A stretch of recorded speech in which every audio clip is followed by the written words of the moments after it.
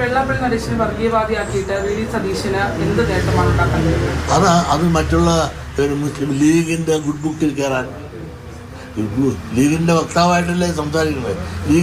League പറയേണ്ടതല്ല അല്ലേ പുള്ളി പറയേണ്ടത്? ലീഗ് ഒന്നും പറയുന്നില്ലല്ലോ. ന്യൂനപക്ഷ വോട്ടുകളുടെ ലക്ഷ്യം വെച്ചിട്ടുള്ള ഒരു നീക്കമാണ്. ആ ഒരു നീക്കം കെ.സി. വേണുഗോപാലിന്റെ ഭാഗത്തുനിന്നോ രമേശ് ചെന്നിത്തലയുടെ ഭാഗത്തുനിന്നോ ഒന്നും ഉണ്ടാകുന്നില്ല. അവരൊക്കെ കുറെ രാഷ്ട്രീയം പഠിച്ചിട്ടുള്ള, ഇയാൾ രാഷ്ട്രീയം പഠിച്ചിട്ടില്ല. അവരെല്ലാം വേണുഗോപാൽ രാഷ്ട്രീയം പഠിച്ചിട്ടുണ്ട്. രമേശ് ചെന്നിത്തല രാഷ്ട്രീയത്തിന്റെ അധികായനാണ്. അതുപോലെ A.K. ആന്റണി അതിൽ ഉന്നതനാണ്. ഉന്നതരായ ഈ രാഷ്ട്രീയ രംഗത്തിൽ പ്രവർത്തിച്ച വളരെ സീനിയറായ ആളുകളുണ്ടല്ലോ. അവരാരും ഇതുപോലുള്ള വർത്തമാനമൊന്നും പറയാറില്ലല്ലോ. മുഖ്യമന്ത്രി സ്ഥാനത്തേക്ക് വരാൻ യോഗ്യരുമാണ്. അവർക്ക് എന്താ മുഖ്യമന്ത്രി സ്ഥാനത്തേക്ക് വരുന്നതിനകത്ത് ഒരയോഗ്യതയില്ല. വേണുഗോപാലിന് വരുന്നതിന് എന്താ അയോഗ്യത? രമേശ് ചെന്നിത്തലയ്ക്ക് വരുന്നതിന് എന്താ അയോഗ്യത? ഇനി A.K. ആന്റണിക്ക് ഉണ്ടാവുന്നതോടെ വന്നാൽ എന്താ കുഴപ്പം? വി.ഡി. സതീശൻ മാത്രമാണ് അയോഗ്യൻ. യോഗ്യനാണെന്ന് പുള്ളി സ്വയം യോഗ്യത അഭിനയിക്കുകയാണ്. യോഗ്യതയില്ല ഞാൻ പറഞ്ഞില്ലല്ലോ, എല്ലാവർക്കും യോഗ്യതയാണ്.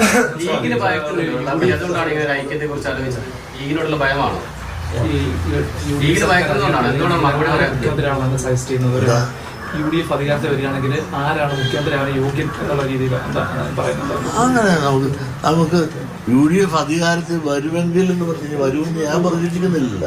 എന്നിട്ട് വേണ്ട അഭിപ്രായം പറയാം. ഞാൻ ഇതുവരെ ഇപ്പോഴത്തെ ഇതേവരെയുള്ള പരിസ്ഥിതിയിൽ അത് പറയാറായിട്ടില്ല.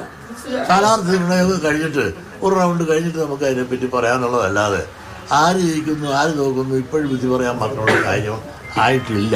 ഇടതുപക്ഷ സർക്കാർ വരികയാണെങ്കിൽ അത്തരത്തിൽ സുരക്ഷിതമായ സാഹചര്യം ഉണ്ടെന്ന് പറയുന്ന ഒപ്പം തന്നെ ഇത്തരത്തിലൊരു ഹിന്ദു ഐക്യം വേണ്ട ഒരു സാഹചര്യം നിലനിൽക്കുന്നു എന്നത്. അപ്പൊ രണ്ടും തമ്മിൽ എങ്ങനെയാണ് യോജിച്ചു പോവുക?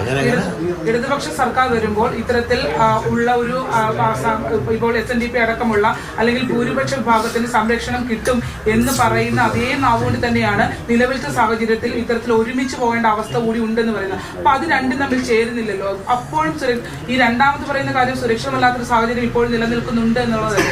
നിങ്ങൾ പറഞ്ഞത് എനിക്ക് മനസ്സിലായില്ല. എനിക്കൊന്നും നിങ്ങൾ പറഞ്ഞത് മനസ്സിലായില്ല. അതായത് ഇനി കൂടുതൽ വ്യാഖ്യാനിച്ച് കാട് കയറണ്ട, വേറെ പണി നോക്കും. എനിക്ക് മനസ്സിലായില്ല.